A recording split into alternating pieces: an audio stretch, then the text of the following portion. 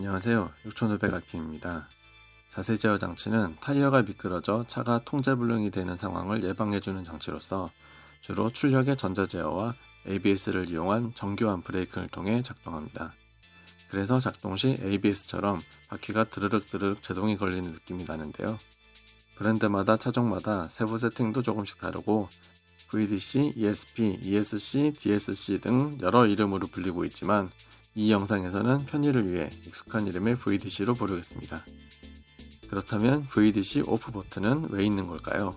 그리고 VDC 오프는 언제 쓰는 게 좋을까요? 지난 영상에서 ABS 오프 버튼이 없는 건 ABS는 거의 모든 경우에 오르므로 일부러 끌 필요가 없기 때문이라고 했었는데요. 반대로 VDC 오프 버튼이 있다는 건 끄는 게 좋을 때가 있다는 의미겠죠. VDC 오프의 목적은 크게 두 가지입니다. 험로 탈출과 스포츠 드라이빙. 우선 험로 탈출을 보면요. 미끄러운路面이나 모래밭 또는 바퀴가 떠있는 상황에서 바퀴가 헛돌면 VDC 시스템은 차가 미끄러지고 있다고 인식해 출력을 제한하여 악셀 페달이 먹통이 되는 경우가 있습니다. 헛돌더라도 바퀴가 굴러야 할 상황에서 VDC가 구르지 못하게 막으면 탈출 시도조차 할 수 없으니 VDC를 꺼버려야겠죠.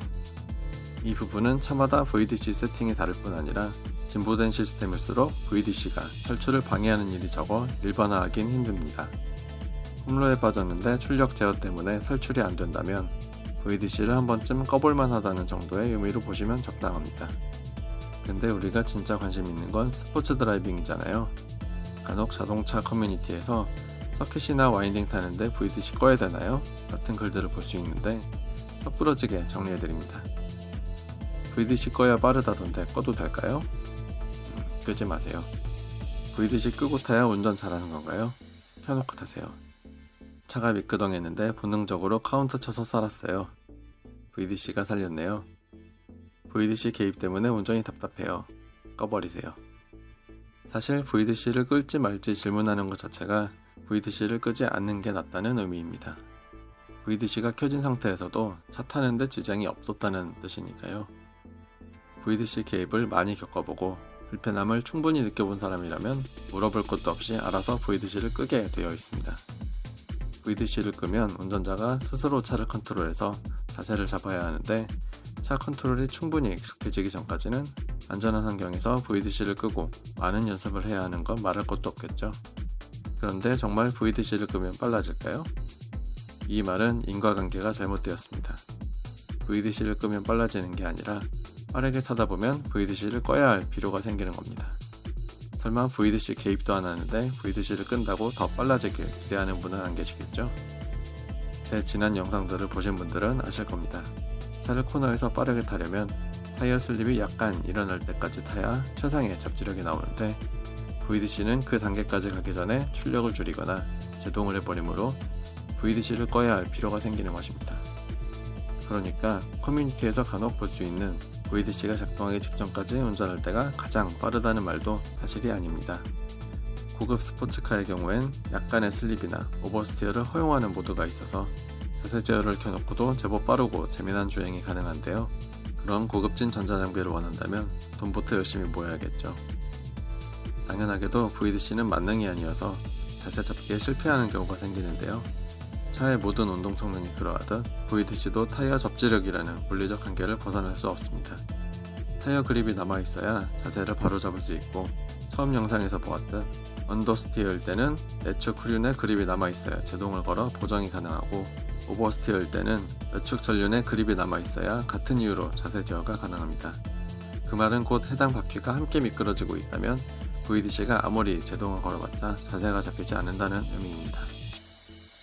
차종에 따라 다르지만 VDC 기능 중 출력 제어 기능만 끄고 브레이킹에 의한 자세 제어는 켜놓을 수 있다면 VDC의 도움을 받아 별로 답답함 없이 보다 안전한 스포츠 드라이빙이 가능하긴 한데요. 자세 제어 기능이 개입하도록 격한 운전을 계속하다 보면 몇 분 후 VDC 컨트롤 유닛이 과열되고 오작동 방지를 위해 페일세이프 모드로 전환되어 버튼을 누르지 않고도 계기판에 VDC 오프라고 뜨면서 완전히 꺼지게 됩니다. 그래서 VDC의 컨트롤 능력을 빌어 스포츠 드라이빙을 하는 것도 VDC가 과열되기 전까지라는 한계가 있습니다.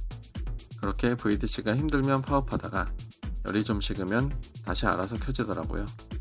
참고로 자주 다니는 구간에서 평소와 다르게 VDC가 개입한다면 노면이 미끄러운 곳이니 서행할 필요가 있고요.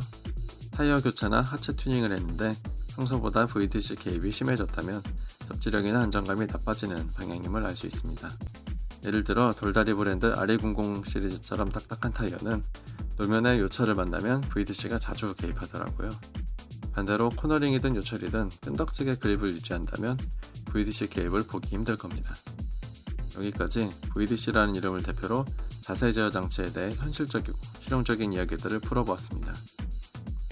자동차도 타이어도 세대를 거듭할수록 점점 더 안정적으로 누가 운전해도 빨라지는 방향으로 발전하고 있죠. 덕분에 한동안은 운전 재미가 줄어들고 감성이 모자란다는 평이 많았었는데요. 최근에는 자세 제어 장치의 발전으로 다시 좋게 말하면 궁뎅이가 즐겁게 움직이고 나쁘게 말하면 뒤가 불안하다 못해 위험한 고통의 차들이 점점 늘어나고 있습니다. 스포츠 드라이빙의 해방꾼이었던 VDC의 순기능이라고 할 수 있겠네요. 그래도 스포츠 모델인데 자세 제어 장치가 완전히 꺼지지 않아 달릴까 하면 개입해서 김 빠지게 하는 차들은 좀 너무했다.